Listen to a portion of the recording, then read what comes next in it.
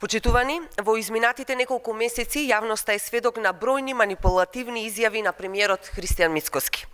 Почнувајќи од последната изјава дека странски центри на моќ и хибридни напади стојат зад пожарите во Македонија, која сериозно ги загрижи граѓаните и ја потресе безбедноста во земјата. Наместо докази, издржани информации и активирање на сите безбедносни инструменти, демантот стигна токму од неговиот министер за внатрешни работи Панче Тошковски. Во интервју за 360 степени, Тошковски го демантираше Мицкоски и призна дека нема осомничени за хибридни напади, нема центри на моќ кои стојат зад пожарот во Трубарево или зад било кој друг пожар. Ова признание, почитувани, е директен удар врз кредибилитетот и точноста на изјавите на Мицкоски. Сега јавноста знае дека премиерот ја злоупотребил безбедносната состојба и институциите за да ја покрие својата неспособност за справување со пожарите. Но ова не е единствена изјава на Мицкоски која била демантирана или времето ја потврдило дека е класична манипулација. Да подсетиме, Мицкоски во август минатата година изјави дека има индиции за сценарио за дестабилизација на државата. Никогаш не објави докази и нормално ништо не се случи.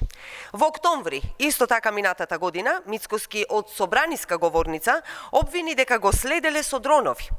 Никогаш не се објавија докази и помпезно најавениот случај пропадна. Пред само 2 недели Мицкоски изјави дека има информации дека бил следен и дека бил прислушуван. И ова се потврди дека нема никаква врска со реалноста и ова афера на власта пукна како меур од сапуница. Сите овие изјави на Мицкоски, сите овие примери се покажа дека се празни зборови со кои се манипулира јавноста, се манипулираат граѓаните и ништо повеќе. После толку многу манипулации, толку многу измислици, прашањето е дали воопшто граѓаните можат да му веруваат. Не, на Христијан Мицкоски дефинитивно не може да му се верува. Јавно искажаниот збор на еден политичар, особено на председател на влада, носи тежина и голема одговорност. Зборовите можат да предизвикаат страв, паника или да влијат врз стабилноста на државата. Крајно неодговорно е премиер да си дозволи да изнесува тврдење без факти и без докази со единствена цел да си ја спасува сопствената политичка кожа.